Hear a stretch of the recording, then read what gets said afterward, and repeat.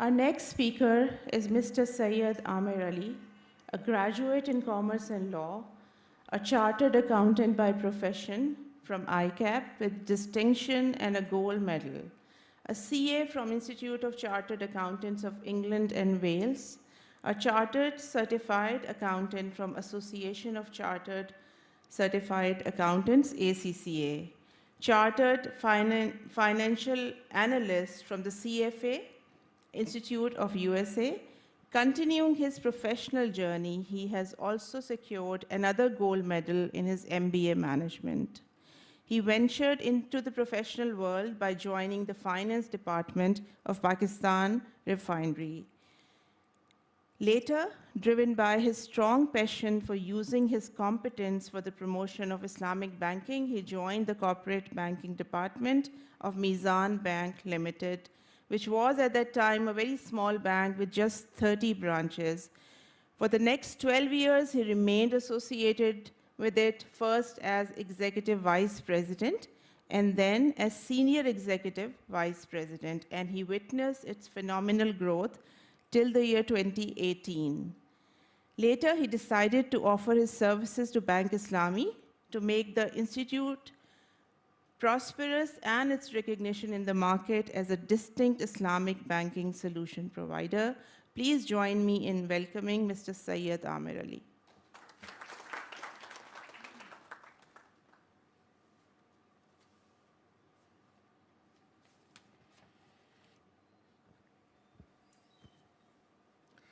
Bismillah ar-Rahman ar-Rahim.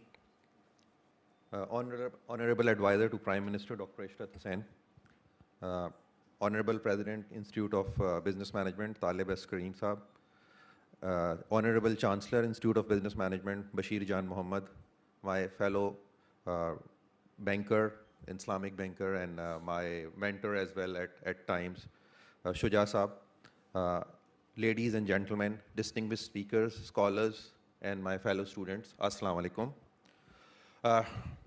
First thing first, I think let's give due recognition to the Institute of Business Management and the organizing committee for organizing this international conference. During the pandemic, although as far as Pakistan is concerned, we have done some progress on that part, and we have to be very mindful not to get into a second wave here, because it will be very damaging, not for the human lives here in Pakistan, but more so for the economic well-being of our citizens. So the main part which actually attracted me was the topic which is being discussed here, is the impact of COVID-19 on micro, small, and medium enterprises and the way forward for Islamic financial institutions. I frankly, this is straight coming from my heart, I sincerely believe that during the next few days, we'll be discussing solutions which will be presented as part of the research papers from our fellow researchers, and they will be dwelling how we can control the negative impact of COVID on these small enterprises, and also side by side, put more solutions for making Islamic banking as the banking of first choice, which is a shared vision of all the Islamic banks in Pakistan. So ladies and gentlemen, as we all know that COVID-19 is a serious economic issue for the entire world, and more so for Pakistan being a developing country. Every country has its unique situation depending on the impact which this pandemic has created on human lives, and side by side has a parallel impact on the economy. But the biggest challenge, I believe, this pandemic has posed to the world is an economic challenge, in addition to the medical challenge which we are trying to handle at this point in time. And as far as Pakistan is concerned, I'm really happy to re-emphasize that the role which Government of Pakistan, and more specifically our Central Bank, State Bank of Pakistan, has played in controlling the negative impact of this pandemic are phenomenal. Means all types of support, they went all out, and as a result of that support and the proactive measures of the federal government, although a lot of people say it's just by luck. So yes, definitely things are controlled by Allah, but Allah has also said in Quran कि इंसान को वही मिलता है जिसके लिए उसने कोशिश की. तो हमारे we generally say नहीं, this is just by luck or like a tukka or anything. I don't believe so. I think these are the positive steps taken by the federal government and the provincial government and the Central Bank of Pakistan. And the result of that, our businesses and our pandemic situation has improved a lot. And actually, to be very frank, in many industries, we have actually seen now what V-shaped recovery is. Like auto, we have seen V-shaped recovery, steel, cement, textile, all these sectors which at one point in time were completely shut down, we have seen a V-shaped recovery. So side by side, because we are here together or to discuss Islamic banking and finance as well as a solution for these businesses. So let me share a few numbers about Islamic banking and finance during last 1 year. So the asset base of the Islamic banking industry during last 12 months, by which I mean to say from July 2019 to June 2020, has grown by 21%. And now the Islamic assets under management with the Islamic banking institutions are over 3.6 trillion rupees. So, and besides this, the deposit number is approximately 3 trillion rupees. And with this number, the share of Islamic banking in Pakistan stands at 16.9%. And I remember at one point in time, the central bank, and probably Dr. Ishrat was there as well, we used to aspire to get to a 10% number. But now, alhamdulillah, during last 1 year, this share has increased by 1 percentage point and has grown from 15.9% to 16%. So that's again heartening, and which complements that being a predominantly Muslim population country, where approximately 94 to 96% of the population is Muslim. It's like a demand and supply game as well, because there is definitely a need and a demand for riba-free, interest-free, gharar-free solutions for the legitimate financing needs of businesses and individuals. So Islamic banking is definitely a way forward. As at one point in time, our respected Bashir Jan Muhammad was mentioning about one of the bank saying कि जी इसमें नफ़ा ज़्यादा है. So I would say, instead of saying nafa, it's a natural way of doing it. If you go to a country, say Russia probably don't have any Islamic bank at this point in time except from one leasing company. And that is more so in those part of the USSR now, which are actually Muslim countries. They are no more part of the Russian Federation, so Russia is separate. But if you go to Indonesia and Malaysia and Middle East and Pakistan, which are predominantly Muslim population, then naturally from an economic angle, there is a demand for Islamic finance. And if there is a demand, there has to be institution who have to fulfill it. Now, if some institution is not following, sir, any correct practices, then definitely that has to be taken care of, because what I've seen that as far as the full-fledged Islamic banks are concerned, most of the employees are faith and passion driven rather than they are looking for jobs. So a lot of my colleagues with whom I have worked during last decade, they are working for Islamic banking not to get better careers or salaries, which come as a bounty of working for Islamic finance, but their primary intent is to work for it. But of course, there is always an 80-20 rule. So maybe 20%, in 20% situation and 20% of the people, they may not be able to understand the true spirit of Islamic banking, and they offer something like side letter, which I have also heard. So not from you, from other places as well, that some of the banks have said, okay, we can give you a side letter, but that's coming primarily out of a branch manager or an area manager level rather than a senior level. But that's unfortunate, and we have to, I think, me, Shuja Saab, and rest of my colleagues who are leading the industry have to take care of that. One more important thing for which we are here, apart from Islamic finance, which is definitely a solution for a financing solution for the businesses, the importance of SME in any country.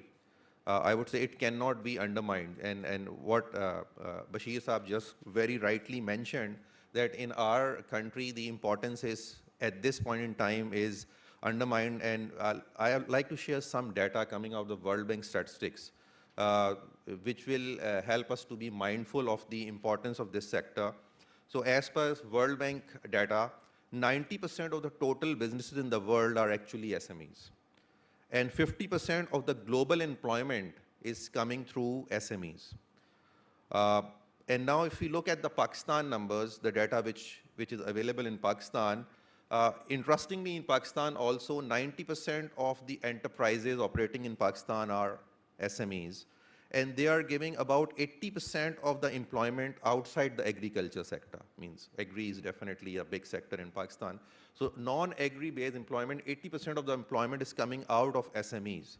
So although we count about 600, 700 large organizations in Pakistan, but they are giving, they are enabling only 20% of the families to get their jobs or to earn their living for the family. So this is a very important sector which cannot be ignored by any segment of the society. Be it Islamic banks, generally we put a lot of responsibility on the banks, not just Islamic banks.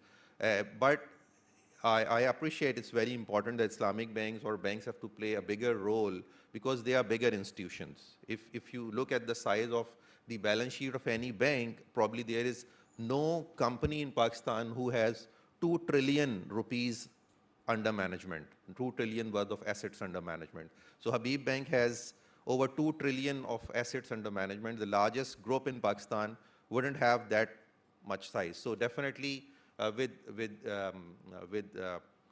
you have great powers, you have great responsibilities, frankly. So banking sector has relatively more power to create an impact on the society. So definitely they have more responsibility, but that responsibility has to be shared by certain other institutions which are now coming forward.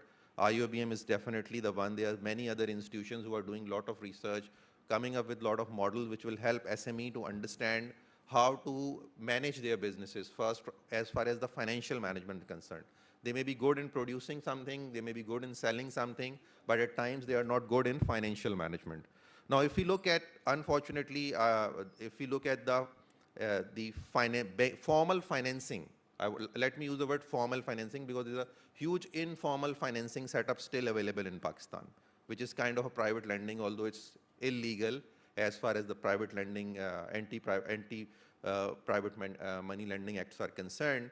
But still, that is there. And if you look at the formal lending, it's only 6.6% of the total private lending by banks is to SMEs, which is a very, I would say, discouraging number as far as bankers are concerned. If 80% of the employment is coming out from SME sector, at least 20% of the financing should be going, so following the 80-20 rule, but we are just at 6.6%. But what is more concerning is the NPL ratio. The NPL ratio of this small portfolio of 6.6% is over 21% in banking. So it means there are definitely certain structural problems which cannot only be resolved through lending more money to the SMEs. Something more has to be done, and I am sure that because this is a dedicated conference on this subject, there must be many solutions coming out from the research papers presented by our fellow scholars who will make us understand what good things has to be done from both sides, from the bankers and from the business community as well. At this point in time, some very good thing has been done by the central bank as well. So that can also be one of the way for promoting financing for SME sector, but I won't think that it is a very sustainable way. You can do it as a test case, and let me mention that when State Bank launched the refinance schemes during COVID, specifically for salaries and wages, which was a big issue because if you all remember, when lockdown started, so most of the factories were off and they couldn't export, specifically the exporters. The SMEs who were supplying goods to these businesses, they were pretty much closed down, and there was a big challenge for paying salaries. So central bank introduced a scheme of refinance scheme for salaries and wages. So in the initial days, the scheme was not that successful for SMEs, And then subsequently, hats off to central bank, and they came up with the risk sharing concept that up to 60% of the exposure taken by banks on SMEs will be covered by central bank on a first loss basis. And then really this scheme really took off for SMEs. So probably one way to start the wheel of financing for SMEs is to bring in some multilateral institutions to Pakistan who can give credit guarantees jointly with the central bank and the federal government, so that this function can start, this business can start, and then, but it's not a sustainable way, frankly. Guaranteeing risk by somebody else is not a sustainable way for any real market-based financing solution to take off, but it can be a starting point. So, ladies and gentlemen, when this COVID hit, definitely every single organization was doing something and should continue to do something to mitigate the impact on human lives. So I believe that banks are being, as I mentioned, our large organization has more responsibility on that side. So Bank Islami, I'm pleased to share that Bank Islami also took the lead in that and tried to create some impact on the society. And some of the notable initiatives we took, apart from dishing out our charity funds to certain organizations who are doing good work, like I don't want to name the organization, but we dish out money to many of them, and then subsequently we realize that we need to work with some other organizations for very specific projects. So we worked with for the development of field isolation unit with the Sindh government and Pakistan Army, which was set up in Karachi, in Gulshan, in the Expo Center.